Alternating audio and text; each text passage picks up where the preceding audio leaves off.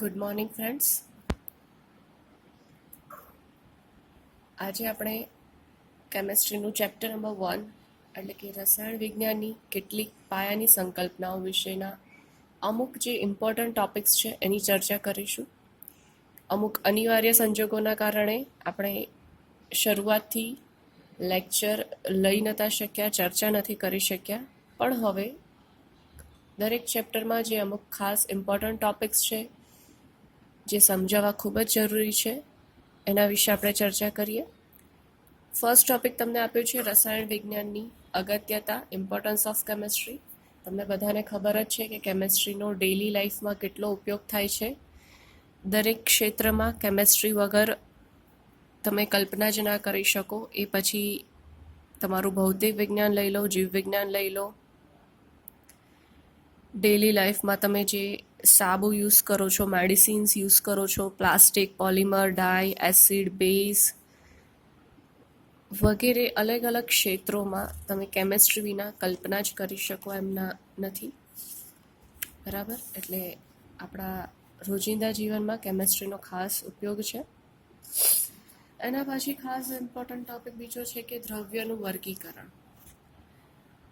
દ્રવ્યનું વર્ગીકરણ મુખ્યત્વે બે ભાગમાં થાય છે, મિશ્રણ અને શુદ્ધ પદાર્થ. મિશ્રણ આપણને ખબર છે કે બે કે તેથી વસ્તુને તમે મિક્સ કરો એને કહેવામાં આવે છે મિશ્રણ. જ્યારે શુદ્ધ પદાર્થ એટલે કે કોઈ મિક્સચર નથી. સમાંગ અને વિષમાંગ મિશ્રણ. સમાંગ મિશ્રણ એટલે કે એમાં મિશ્રણમાં જે પદાર્થો તમે મિક્સ કરી રહ્યા છો એ બધા એક જ અવસ્થામાં છે. વિષમાંગ મિશ્રણ એટલે એમની ભૌતિક અવસ્થા અલગ અલગ છે. શુદ્ધ પદાર્થોનું વર્ગીકરણ થાય છે તત્વો અને સંયોજનોમાં. અહીંયા ખાસ હું જણાવી દઉં કે તત્વમાં તમે પરમાણુ કે અણુ ધ્યાનમાં રાખી શકો છો. પરમાણુ અને અણુ શું છે એની વચ્ચેનો તફાવત તમને ખબર હોવી ખૂબ જ જરૂરી છે. એમાં સહેજ પણ તમારે કન્ફ્યુઝન ના હોવું જોઈએ.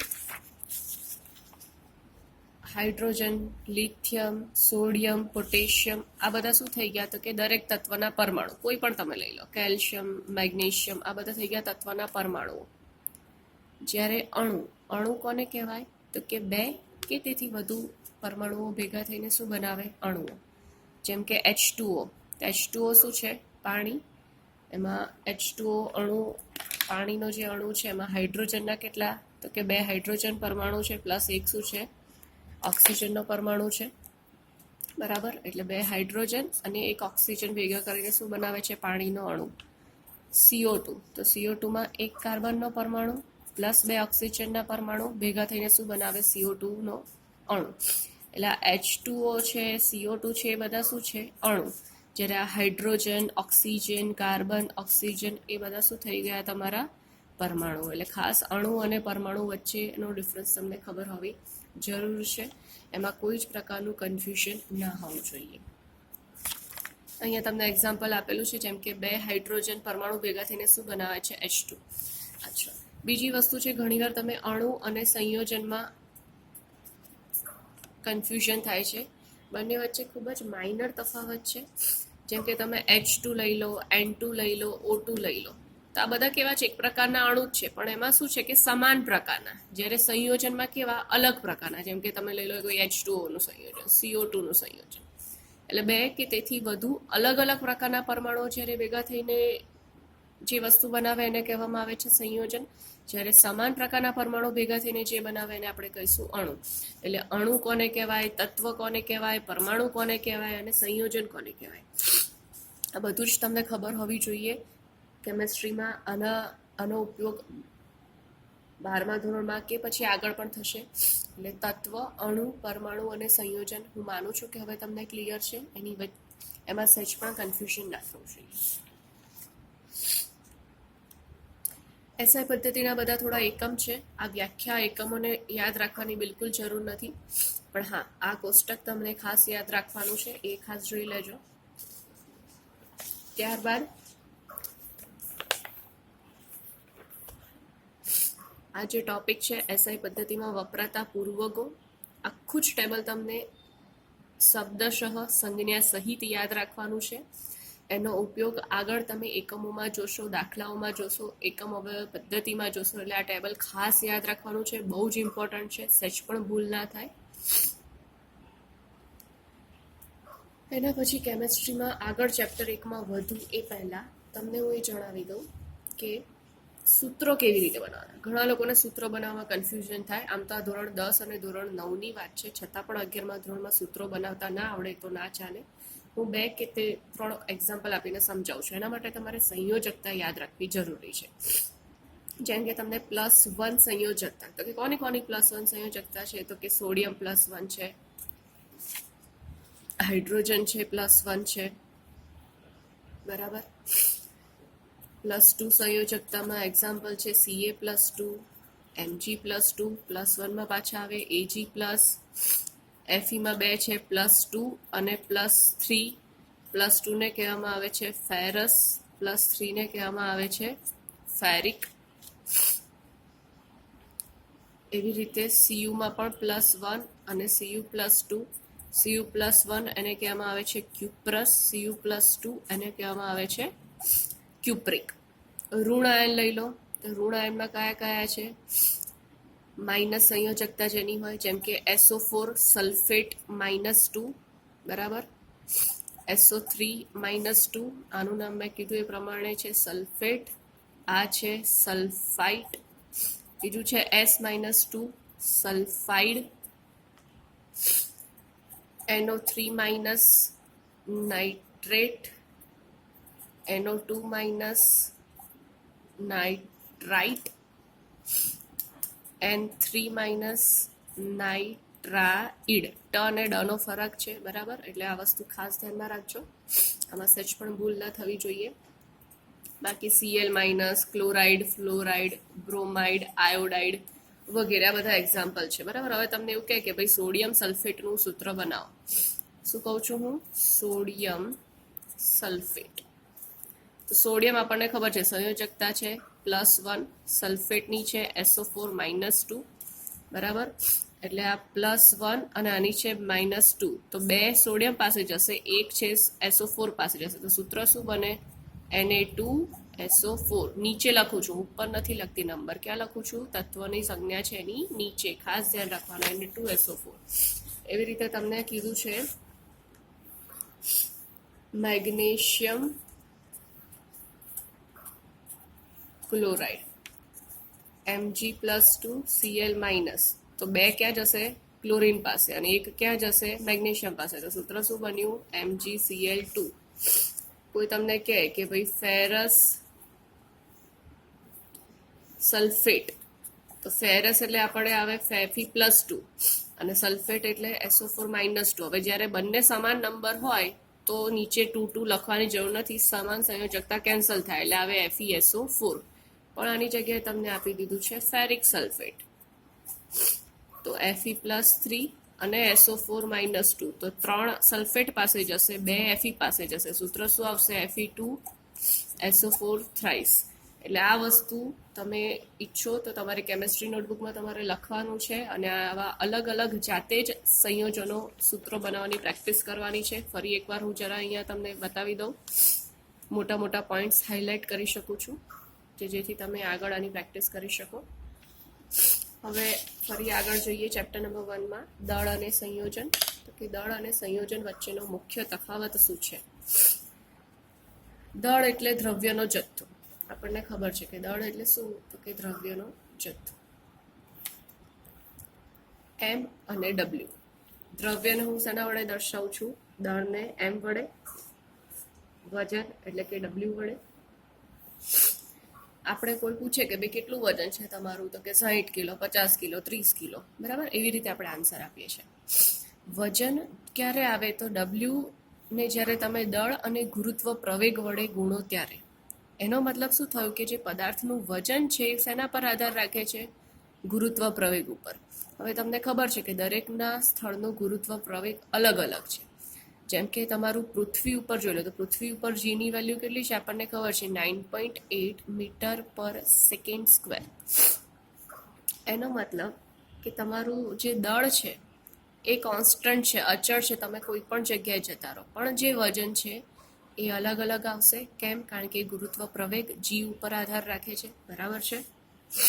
એટલે તમને એવું કહે કોઈ કે તમે જ્યારે કહો છો 40 કિલોગ્રામ વજન છે મારું, એટલે 9.8ને આપણે રફલી 10 લઈ લઈએ તો એકચ્યુઅલી તમારે કિલોગ્રામ વજનમાં લેવું હોય તો શું આવે m ઇન્ટુ જી. તો m આપણું થઈ જાય 4 ઇન્ટુ 10. આને હું રાઉન્ડ ઓફ 10 કરી લઉં તો જ મારું વજન કેટલું આવે 40 કિલોગ્રામ.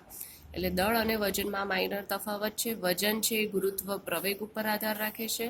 દરેક સ્થળનું ગુરુત્વ પ્રવેગ અલગ અલગ હોય, બરાબર. એટલે દરેક સ્થળે તમારું દળ સમાન રહે પણ વજન બદલાય છે, ખાસ યાદ રાખવાનું. એના પછી તાપમાનના એકમો આપણને ખબર છે ડિગ્રી સેન્ટીગ્રેડ, ડિગ્રી ફેરનહીટ અને કેલ્વિન. ત્રણેય કેપિટલમાં. સેલ્સિયસ અને ફેરનહીટમાં આપણે આવું ડિગ્રીની સાઇન કરીએ છીએ, કેલ્વિનમાં નથી. ખાસ યાદ રાખજો, ડિગ્રી કેલ્વિન નથી. ઘણા વિદ્યાર્થીઓ ભૂલ કરે છે, ભૂલ ના થવી જોઈએ. ઘણી વખત આ પ્રશ્ન પૂછાય છે, આપણી પાસે સૂત્ર છે, ખબર છે તમને કે degree Fahrenheit is equal to 9/5 degree Celsius plus 32. એટલે તમને એવું કહે કે ભાઈ 50 ડિગ્રી સેલ્સિયસ એ કેટલા Fahrenheit? Simple, 9/5 into 50 plus 32 solve કરો, જે આવે તમારો જવાબ. એવી રીતે કેલ્વિન અને ડિગ્રી સેલ્સિયસનું કોમ્બિનેશન પૂછે, તમને એવું કહે કે ભાઈ 25 ડિગ્રી સેલ્સિયસ એટલે કેટલા કેલ્વિન? તો 25 પ્લસ 273, જે આવે તમારો જવાબ કેલ્વિનમાં. ઘણીવાર આવા પ્રશ્નો 1 માર્કમાં પૂછાય છે કે ડિગ્રી સેલ્સિયસ, ડિગ્રી ફેરનહીટ અને કેલ્વિનમાં એકબીજાનું કન્વર્ઝન કરો. તો આ સૂત્ર યાદ રાખવું ખૂબ જરૂરી છે. એક વારંવાર પૂછાતો પ્રશ્ન છે, તાપમાનના કયા મૂલ્ય માટે ડિગ્રી ફેરનહીટ અને ડિગ્રી સેલ્સિયસમાં એક સમાન મૂલ્ય મળે? મતલબ તમારું ડિગ્રી ફેરનહીટ અને ડિગ્રી સેલ્સિયસ કયા તાપમાને થાય છે? શોધજો જવાબ. તમારું હોમવર્ક છે, જવાબ હું કહી દઉં છું, -40 ડિગ્રી આવશે જવાબ. કેવી રીતે આવશે એ તમારે આ સૂત્રની મદદથી પ્રેક્ટિસ કરવાની રહેશે, બરાબર છે.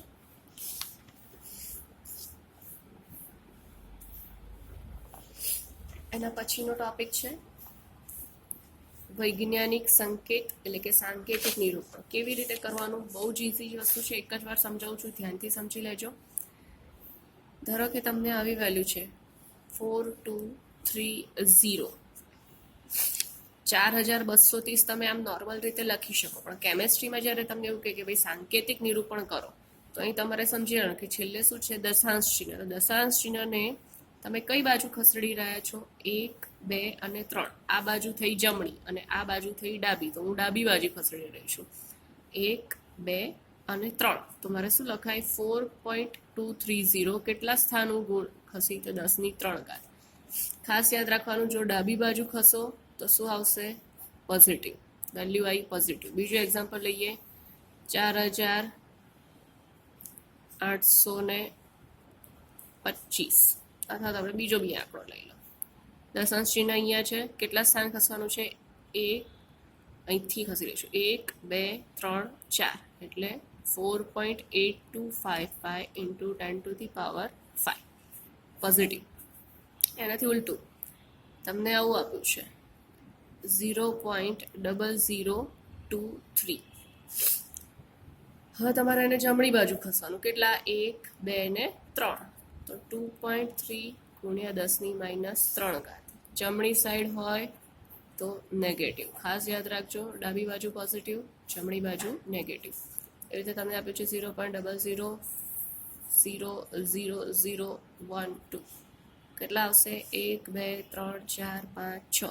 1.2 ઇન્ટુ 10⁻⁻6. ડાબી બાજુ જમણી બાજુ ખસો તો નેગેટિવ, ડાબી બાજુ ખસો તો પોઝિટિવ. આ થઈ ગયું સાયન્ટિફિક નોટેશન, વૈજ્ઞાનિક સાંકેતિક નિરૂપણ, 1 માર્કમાં પૂછાય છે, બરાબર. એના પછી અગત્યનો ટોપિક છે અર્થસૂચક અંકો, સિગ્નિફિકન્ટ ફિગર્સ જેને કહે છે.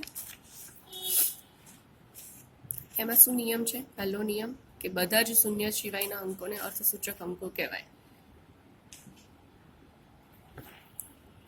ધારો કે તમને આવી રકમ આપે 2345માં કેટલા અર્થસૂચક અંકો છે?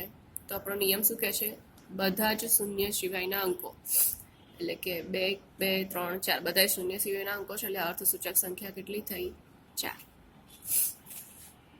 હવે જો શૂન્ય હોય તમારા રકમમાં, તો શૂન્ય અલગ અલગ સ્થાનો પર હોય તો કોને ધ્યાનમાં રાખવાનો અને કોને નહીં, એટલે કે કયા શૂન્યને આપણે અર્થસૂચક સંખ્યા તરીકે લઈ શકીએ અને કયા શૂન્યને નહીં.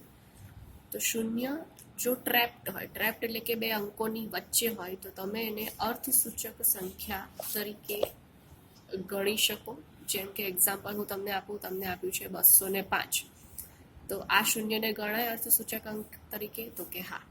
અને 2 ને 5 તો આવશે જ. કેમ? પહેલો નિયમ શૂન્ય સિવાયના અંકો, એટલે ટોટલ અર્થસૂચક સંખ્યા કેટલી થઈ? 3. બીજું એક્ઝામ્પલ લઈએ, 8004. 8 અને 4 તો છે જ શૂન્ય સિવાયના અંકો. આ 2 શૂન્યને ગણવાના? હા. કેમ? નિયમ શું છે? 2 અંકોની વચ્ચેના શૂન્યને અર્થસૂચક સંખ્યા તરીકે ગણવામાં આવે છે. હવે તમારો કોઈ 0 આગેવાની કરે છે, લીડિંગ છે, એટલે કેવી રીતે આગેવાની કરે? એક્ઝામ્પલ હું તમને આપું, 0.023. તો કે આ શૂન્ય છે જે તમારો શૂન્ય સિવાયનો અંક, એટલે કે 2 છે એની આગળ છે, તો આ શૂન્યને ગણાય અર્થસૂચક અંક તરીકે? ના ગણાય. લીડિંગ 0 ક્યારેય ગણવામાં આવતા નથી. તમને કોઈ પૂછે કે આમાં કેટલા છે અર્થસૂચક અંકો, તો શું જવાબ આવવો જોઈએ? સાચો જવાબ છે 2. એટલે તમારું 0.0004. આ ચારેય 0 ને ગણવાના નહીં. શું આવશે જવાબ? 1. અર્થસૂચક અંક કેટલા છે આમાં? 1 છે.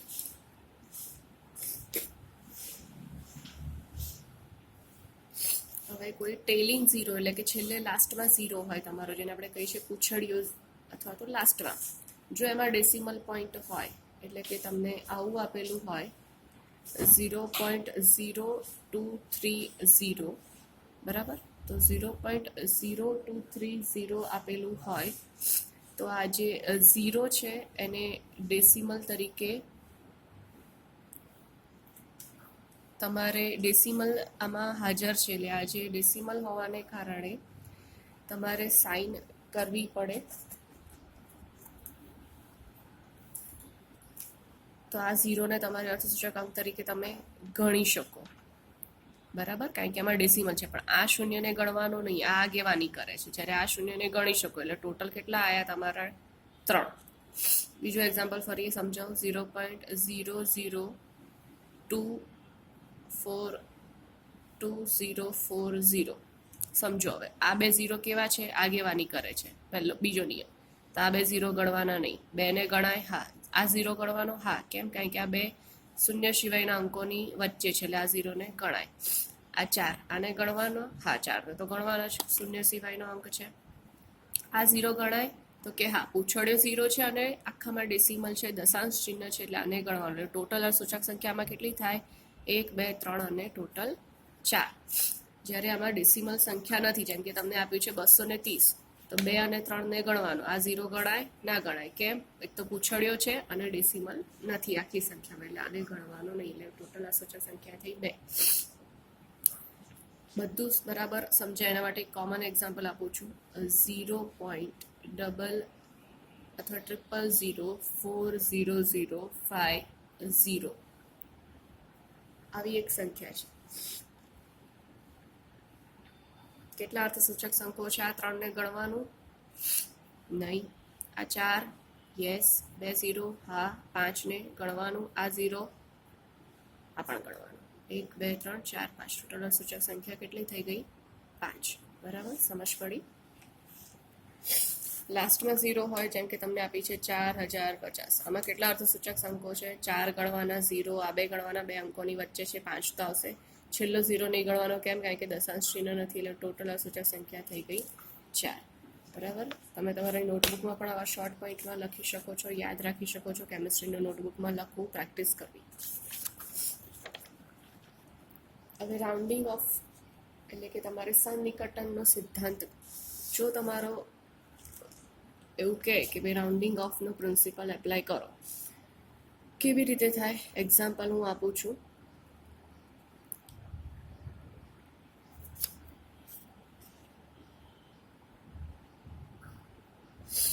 જેમ કે તમને આપ્યું છે 2.486, બરાબર? તમને એવું કીધું છે કે ભાઈ 2.486 છે, એના 3 ડિજિટ સુધી લખવાનું છે. 3 અર્થસૂચક સંખ્યા આવે એ રીતે. તો મારે 3 છે, આમાં તો 4 અર્થસૂચક સંખ્યા છે, 3, એટલે મારે આટલા સુધી લખવાનું. એટલે મારે છેલ્લો આંકડો કાઢવો પડે. કયો? કે 6. તો જો છેલ્લો આંકડો જે કાઢવાનો હોય એ ગ્રેટર ધેન 5 હોય, એટલે કે 5 કરતાં મોટો હોય, તો આગળના આંકમાં શું કરવાનું? 1 ઉમેરવાનું. એટલે સાચો જવાબ શું આવે? 2.49. આગળનો આંક 8, એમાં મેં 1 ઉમેર્યો. જો તમને એવું કહે કે છેલ્લો નંબર જે કાઢવાનો છે 5 કરતાં ઓછો છે, જેમ કે 2.483 છે, છેલ્લો આંકડો 3, 5 કરતાં ઓછો છે તો આગળના આંકમાં 8માં 1 ઉમેરવાનો, તો કે ના, કોઈ ફેરફાર થાય નહીં. આનો જવાબ શું આવશે? 2.48. હવે માની લો એ આંકડો 2.485 છે, બરાબર? તો 5 જ હોય તો બે ઓપ્શન છે. જો આગળનો અંક બેકી સંખ્યા હોય તો કોઈ ફેરફાર નહીં કરવાનો. જો આગળનો અંક એકી સંખ્યા હોય તો 1 ઉમેરવાના. જેમ કે આ ઉમેરવાનો આંકડો 5 છે, અમારે 5 કાઢવાનો છે. હવે એનો આગળનો અંક એટલે કે 8 બેકી સંખ્યા છે, કોઈ ફેરફાર થશે નહીં થાય. જવાબ શું આવશે? 2.48. એના આગળનો અંક છે એકી સંખ્યા, શું કરવાનું? મારે 1 ઉમેરવાનું.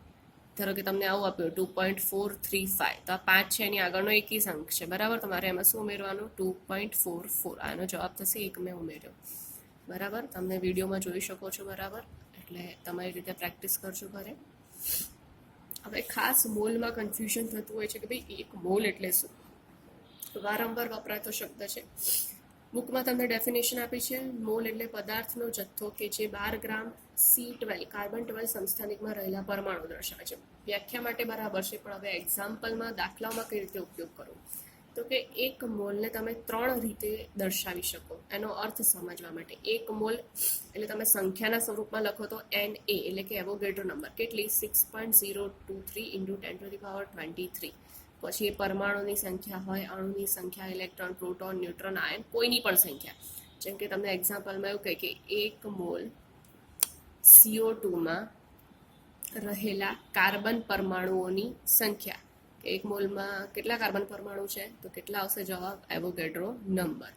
કંઈ પણ વસ્તુ તમને કે ઓક્સિજનની સંખ્યા, તો 1 મોલમાં કેટલી હોય, તો કે એના હવે એવોગેડ્રો નંબર. એટલે પહેલું આવ્યું સંખ્યાના સ્વરૂપમાં. વજન એટલે કે એના અણુભાર અથવા તો પરમાણુ ભારના સ્વરૂપમાં. અણુભાર એટલે કે 1 મોલ હોય તો એના અણુનું વજન કેટલું થાય, તો કે એના અણુભાર જેટલું. જેમ કે તમને એવું કહે કે 1 મોલ H2O નું વજન શોધો, અથવા તો તમને એક્ઝામ્પલ એવું આપ્યું છે કે 2 મોલ H2O નું વજન શોધો. શું હોય? તો આપણને ખબર છે કે 1 મોલ H2O એનું વજન હંમેશા એના અણુભાર જેટલું. અણુભાર શોધતા તમને આવડે છે.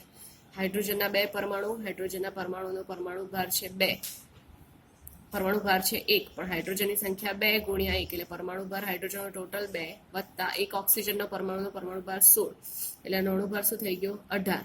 તો કે જો 1 મોલ પાણીનો અણુનો અણુભાર હોય 18, તો 2 મોલનો કેટલો થાય? તો 18 × 2 એટલે 36 ગ્રામ, બરાબર? સમજ પડી? એવી રીતે તમને પૂછે કે 4 મોલ CO2 નું વજન શોધો, તો આપણને ખબર છે કે 1 મોલ CO2 નું વજન એના અણુભાર જેટલું હોય. કેટલું છે? 44 ગ્રામ. તમે આ શોધશો CO2 નો અણુભાર. કાર્બન છે 12 પ્લસ ઓક્સિજન 16 × 2 એટલે 32, તો ટોટલ આવશે 44 ગ્રામ. તો 4 મોલના કેટલા? તો કે 44 × 4. ત્રીજું છે કદ. તમે કદના સ્વરૂપમાં કેવી રીતે સમજાવી શકો?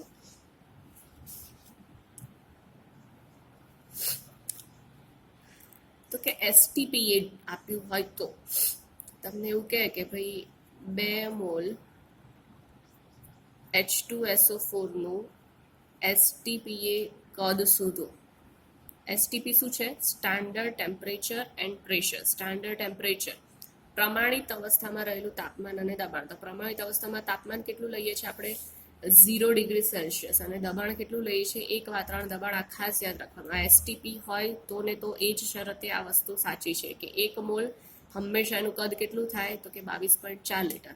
તો 2 મોલનું કેટલું થાય? તો 2 × 22.4 લીટર. સમજ પડી? 1 મોલ H2SO4 નું કદ થશે 22.4, તો 2 મોલનું કેટલું? 2 × 22.4 એટલે કે 44.8 લીટર તમારો જવાબ આવે. અહીંયા તમને વ્યવસ્થિત દેખાય એ રીતે ફરી લખું છું, મૂકું છું, એટલે તમે વિડીયોમાંથી જોઈને આને નોટબુકમાં લખી શકો છો કે 1 મોલ સંખ્યાના સ્વરૂપમાં પૂછે તો હંમેશા એવોગાડ્રો નંબર જેટલું. 1 મોલ વજનના સ્વરૂપમાં હોય તો એનો અણુભાર અથવા તો પરમાણુ ભાર જેટલું એનું વજન. અને જો કદ આપ્યું STPA તો હંમેશા 22.4 લીટર જેટલું થાય. આના ઉપર આધારિત બહુ જ 1 માર્કના પ્રશ્નો કે દાખલા હોય છે, 2 માર્કના પણ દાખલા હોય છે. જો આ કન્સેપ્ટ તમને સમજમાં આવ્યો હશે તો તમે કોઈ પણ દાખલા સોલ્વ કરી શકશો, બરાબર? એના પછી ખાસ અગત્યનો ટોપિક છે સાંદ્રતા દર્શાવતા એકમો. એમાં પહેલું છે મોલારિટી. મોલ પ્રતિ લીટરમાં જેને દર્શાવવામાં આવે છે એનું એક સૂત્ર છે 1000 × દ્રાવ્યનું વજન ગ્રામમાં ડિવાઇડેડ બાય દ્રાવ્યનો અણુભાર × દ્રાવણનું કદ mlમાં. તમને એવું આપ્યું હોય, બરાબર ધ્યાનથી સાંભળજો, કે 5 ગ્રામ, શું કહું છું હું? 5 ગ્રામ H2SO4 ની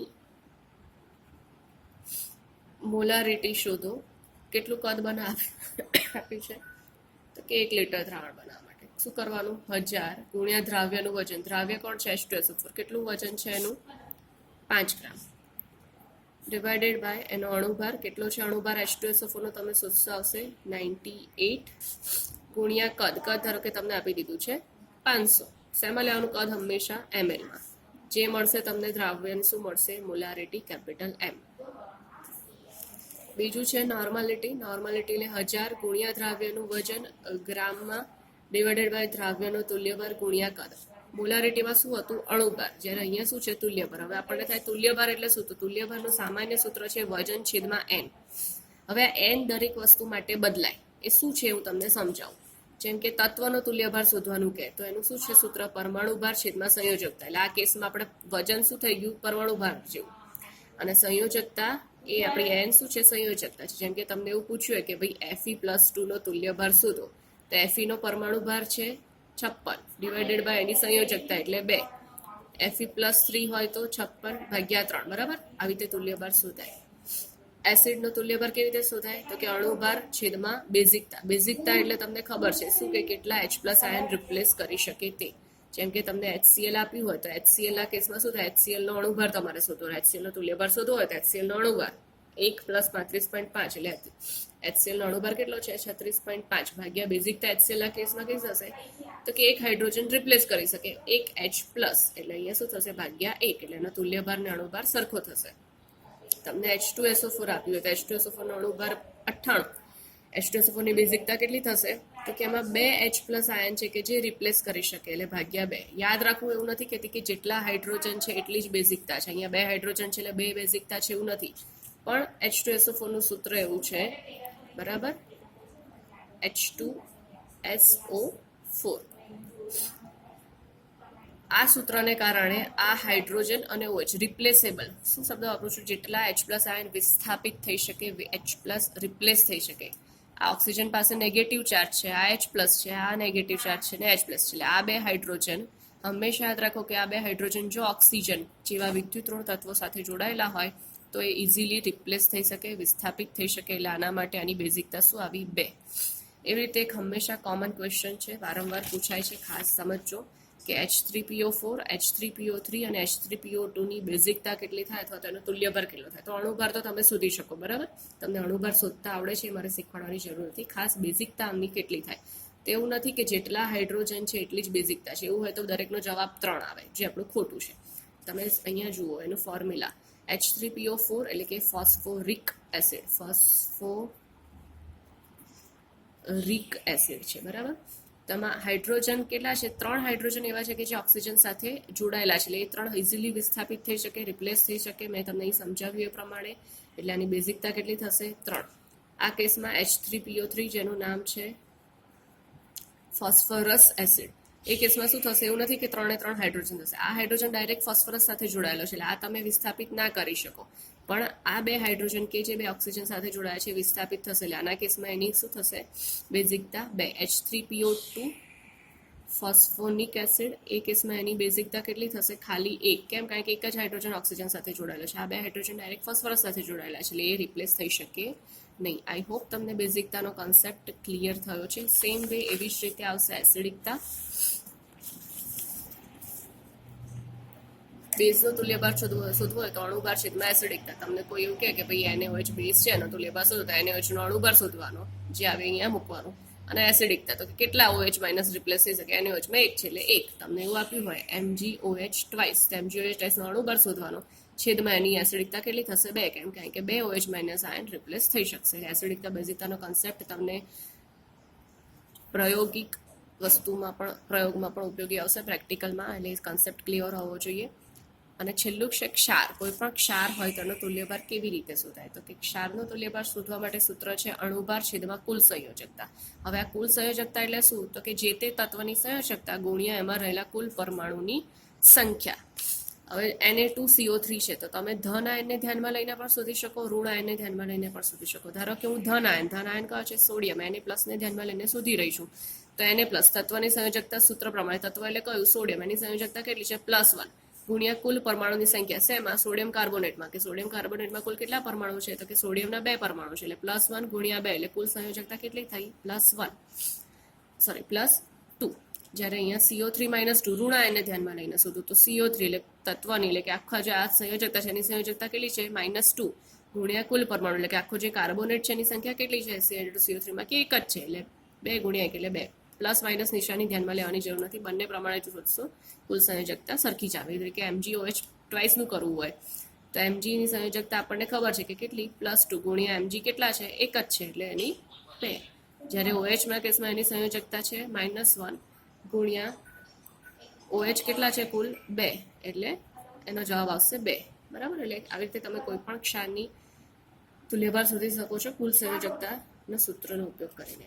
બીજો સાંદ્રતા શોધવાનો એકમ છે મોલાલિટી. આગળ જે આપણે જોયું એ હતું મોલારિટી કેપિટલ M, જ્યારે આ છે મોલાલિટી સ્મોલ m. સૂત્ર છે 1000 ગુણ્યા દ્રાવ્યનું વજન છેદમાં દ્રાવ્યનો અણુભાર ગુણ્યા દ્રાવકનું કદ કિલોગ્રામમાં. શું ફરક છે? મોલારિટીમાં અહીંયા દ્રાવણનું કદ હતું, જ્યારે અહીંયા મોલાલિટીમાં છે દ્રાવકનું કદ કિલોગ્રામ. બરાબર. દ્રાવકનું કદ છે કિલોગ્રામમાં. એટલે ખાસ તમારે ધ્યાન રાખવાનું છે મોલારિટી અને નોર્માલિટીમાં શું આવે છે? મોલારિટીમાં અણુભાર છે, જ્યારે નોર્માલિટીમાં તુલ્યભાર છે. મોલારિટી અને નોર્માલિટી બંનેમાં કદ છે. આ બંને જે કદ છે એનો મતલબ કે મોલારિટી અને નોર્માલિટી છે તાપમાન ઉપર આધારિત છે. એવું પૂછાય છે ઘણીવાર કે કયું તાપમાન ઉપર આધારિત છે MCQમાં, તો કે મોલારિટી અને નોર્માલિટી. કેમ? કારણ કે કદ છે, સૂત્રમાં કદ આવે, એટલે કદ આપણને ખબર છે કે તાપમાન સાથે બદલાય, એટલે બંને આધારિત છે. જ્યારે મોલાલિટી સ્મોલ m દ્રાવકનું કદ આવે છે, દ્રાવકનું વજન છે, એમાં કદ નથી, એટલે દ્રાવકનું વજન હોવાને કારણે, એ કિલોગ્રામમાં હોવાને કારણે મોલાલિટી છે એ તાપમાન ઉપર આધારિત નથી. એટલે તાપમાન બદલાય, એટલે કે દિવસ બદલાય તો સંયોજનની મોલારિટી અને નોર્માલિટી બદલાય, પરંતુ મોલાલિટી સ્મોલ m બદલી શકાય નહીં. હવે ઘણીવાર તમને મોલારિટી અને મોલાલિટી વચ્ચેનો સંબંધ દર્શાવતું આ સૂત્ર છે, બરાબર ધ્યાનથી કશે લખી લો તમારી નોટબુકમાં. વારંવાર દાખલાઓમાં ઉપયોગમાં આવે છે. MCQમાં જો આ સૂત્ર ખબર હોય ડાયરેક્ટ તમારે વેલ્યુ મૂકવાની, તમને આન્સર મળી જાય. આ સ્મોલ m મોલાલિટી છે, કેપિટલ M મોલારિટી છે, ગુણ્યા 1000 છે ઘનતા ડેન્સિટી D ગુણ્યા 1000 - દ્રાવ્યનો અણુભાર મોલિક્યુલર માસ. બરાબર. એટલે આ સૂત્રનો ઉપયોગ કરીને તમને આમાંથી કોઈ પણ એક વસ્તુ આપી હોય અને બીજી વસ્તુ તમે શોધી શકો છો. આ એક સૂત્ર વારંવાર ઉપયોગમાં આવશે. એના પછી છે ખાસ મોલારિટી નોર્માલિટી વચ્ચેનો સંબંધ. તો આપણી પાસે આ સૂત્ર છે. એવું પૂછાય છે કે ભાઈ 0.4 મોલર H2SO4 ની નોર્માલિટી કેટલી હશે? તો આપણે આ સૂત્ર મૂકવાનું. નોર્માલિટી માટે n શું છે? એસિડિકતા અથવા બેઝિકતા. આપણે આગળ જોયું હમણાં સલ્ફ્યુરિક એસિડ H2SO4 તો એસિડ છે, એટલે એની બેઝિક